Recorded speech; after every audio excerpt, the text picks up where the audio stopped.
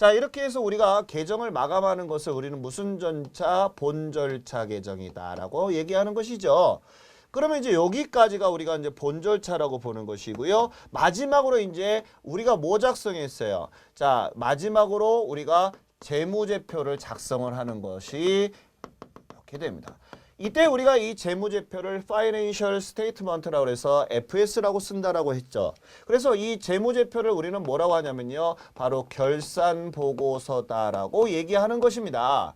그래서 우리가 이 결산보고서에는 어떤 친구들이 있느냐 하면 자, 일정 시점에 무엇을 알아본다? 재무상태를 알아보는 재무상태표가 있고요. 그 다음에 일정 기간의 경영성과를 알아보는 포괄손익 계산서라는 게 있었고요. 그 다음에 또 뭐가 있었느냐 하면요. 현금의 흐름을 알기 위해서 작성하는 현금 흐름표가 있어요. 이 현금 흐름표는 뭐가 있냐면요. 우리가 기업을 운영하다 보면 현금이 들어오고 나가는 활동을 하는데 이때 우리가 현금이 들어오고 나가는 활동에는 세 가지 활동이 있어요. 뭐가 있냐면요. 영업활동, 투자활동, 재무활동이 있거든요. 그 세 가지 활동으로 인해서 현금이 나가고 들어간 것을 적는 것을 우리는 현금 흐름표라고 그래요. 그래서 이 현금 흐름표는 기업에 대해서 현금이 어떻게 돌아가고 있는가를 알아보는 표입니다. 자, 그 다음에 또 뭐가 있느냐 하면요. 바로 자본변동표라는 게 있어요. 자, 우리가 이 자본변동표라고 하는 것은 무슨 얘기냐면요. 우리가 자본은 K갭에서도 말씀을 드렸듯이 자본은 5가지로 되어 있잖아요. 자본금, 자본잉여금, 자본조정, 기타 포괄손익, 그 다음에 이익잉여금. 이런 자본의 변동을 포괄적으로 다 볼 수 있게끔 만든 것을 자본변동표라고 그래요. 그 다음에 마지막으로 우리가 뭐가 있냐면요. 주석이 있죠. 주석은 뭐예요? 설명을 달아주는 거잖아요. 이런 것 등을 우리는 뭐라고 얘기한다? 결산보고서, 즉 뭐라고 그랬어요? 재무제표라고 하지요. 그래서 우리가 여기까지 결산보고서까지 작성하는 것, 즉 어디서부터? 저기 거래에서부터 시작해서 우리가 여기 결산까지 재무제표까지 작성되는 것을 우리는 장부에 기록하는 하나의 뭐라고 본다? 북이라고 보는 것이다 라고 해서 제가 첫 시간에 설명을 했어요. 그래서 여기까지가 북이고요. 그래서 이 재무제표를 뭐라고 한다? 유용한 회계 정보를, 자, 유용한 회계 정보를 누구한테 제공한다고 그랬어요? 이해 관계자에게 뭐하고 제공함으로써, 자, 제공하니까 이들은, 이해 관계자들은 무엇을 해요? 합리적 의사결정을 하겠죠. 이렇게 합리적인 의사결정을 이끌어내는 이 과정을 우리는 뭐라고 얘기한다? 회계다라고 하는 것입니다. 이래서 어때요? 부기까지 회계는 포함을 하고 있다라고 하는 것을 봤고요. 그래서 우리가 기초 때에서부터 여기까지를 배웠습니다. 어때요? 거래가 생겨서 붕괴하고 이런 거, 거래가 생기는 것을 앞전에도 얘기했듯이 생산적이다 보는 것이고요. 그 다음에 우리가 이런 것을 재무제표를 만드는 거 하나에 뭐라고 그랬다? 기술적이다 해서 우리가 부기에서는 이렇게 생산적인 측면과 기술적인 측면을 포함을 하고, 그 다음에 회계에서는 이거와 아울러서 이 재무제표를 이용하는 이용적 측면까지도 포함하고 있다는 것을 알아두시기 바랍니다. 그래서 우리 본 강좌에서 기초과정에서는 회계 순환 사이클에 대한 것을 쭉 봤었습니다. 자, 우리 있잖아요. 남은 시간 동안에는 우리가 기초에서 꼭 알아야 되는 문제들 몇 문제만 추려서 같이 보도록 하겠습니다. 자, 우리 교재 우리 잠깐만 보면요. 자, 우리 그 2장의 기출 및 예상 문제 잠깐 보시면 2번 문제에 있는 것부터 한번 같이 들어가 보도록 하겠습니다.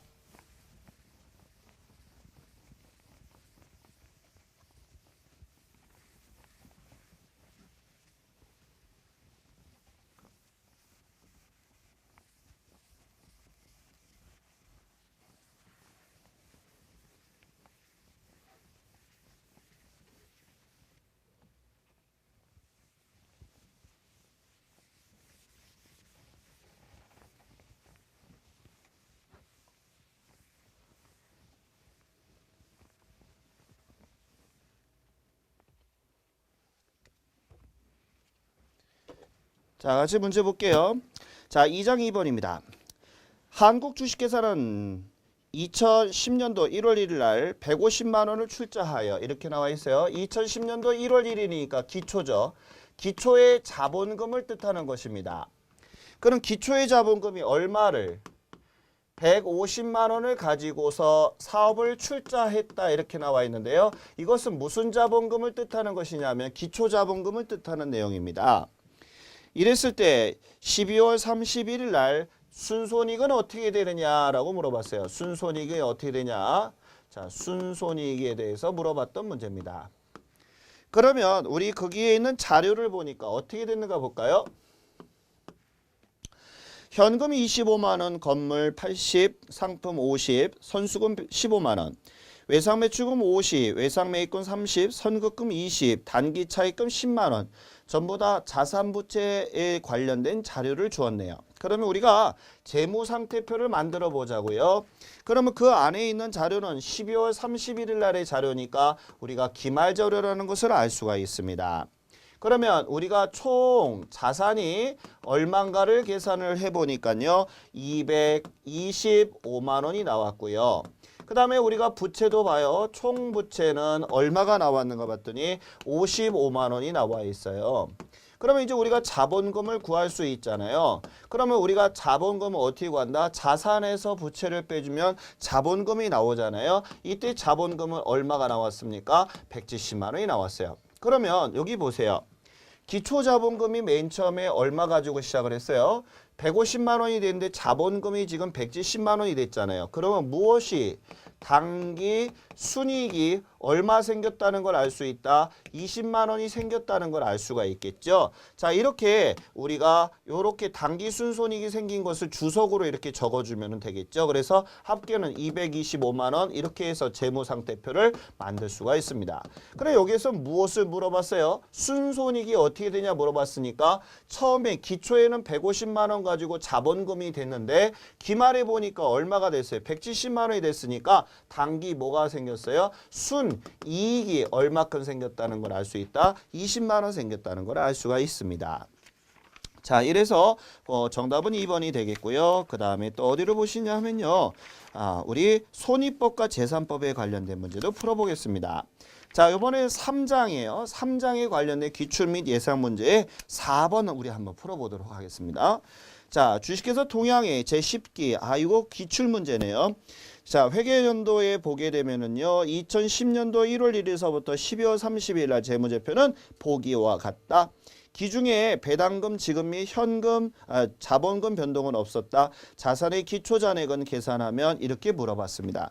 자산의 기초잔액을 물어봤어요. 그럼 우리 한번 또 보겠습니다.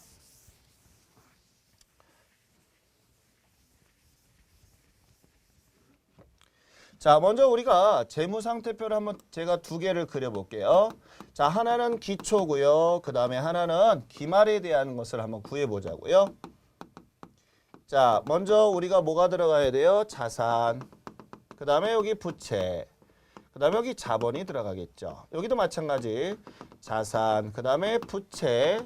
그 다음에 여기 자본이 들어가겠죠. 자, 우리 한번 보겠습니다. 지금 무엇을 구하라고 나와 있는가 봤더니요. 자, 기초자산이 얼마게 이거 물어봤단 말이에요. 그러면 한번 보자고요. 자, 자산을 보니까 기초잔액이 안 나와 있지만 기말자산은 나와 있죠. 얼마가? 1,500억. 자, 억원은 생략하고 1,500원 이렇게 쓸게요. 그 다음에 부채도 볼까요? 부채는 기초가 얼마인가 봤더니 700억인데요. 700 쓰고요. 그 다음에 기말은 얼마가 나와 있다? 950억 이렇게 나와 있죠. 그 다음에 우리 보니까 자, 지금 우리가 구할 수 있는 거 뭐 구할 수 있어요? 자본 구할 수 있잖아요. 그렇죠? 그럼 우리가 어떻게 본다? 자산에서 부채를 빼면 자본금 나오는 거 맞나요? 그럼 1,500에서 950 빼니까 550억에 대한 자본금을 구할 수 있었습니다. 그러면 우리 여기 잠깐만 볼까요? 자, 수익과 비용을 보니까 비용이 더 크단 말이에요. 그럼 우리 앞전에 재산법 기억나십니까? 재산법은 제가 자본을 가지고서 계산을 한다 했죠. 그래서 어떻게 되냐? 기말 자본금은 기초 자본금에다가 자, 어땠어요? 단기 뭐가 생겼어요? 순손실이 생겼잖아요. 그러면 기말 자본금이 550인데요. 기초는 안 가르쳐줬어요. 안 나왔잖아요. 그런데 요번에 뭐가 생겼어요? 단기 순손실이 얼마가 생겼어요? 50원이 생겼단 말이에요. 50억이. 그러면 어떤 금액에서 50억을 빼니까 550억이 나왔다는 얘기잖아요. 이래서 기초는 얼마가 나왔다? 600원이 나왔다. 그럼 여기에다가 자본은 얼마가 된다는 얘기입니까? 600억이란 얘기죠. 그럼 이때 우리가 기초자산은 얼마입니까? 물어봤을 때 1300억이 바로 기초자산이 될 것입니다. 자, 그런 문제 하나만 더 풀어볼까요? 자, 8번 문제입니다. 다음 자료에서 기초의 부채 총액을 계산하면 이렇게 나와 있어요. 자, 이것도 같이 한번 해볼까요?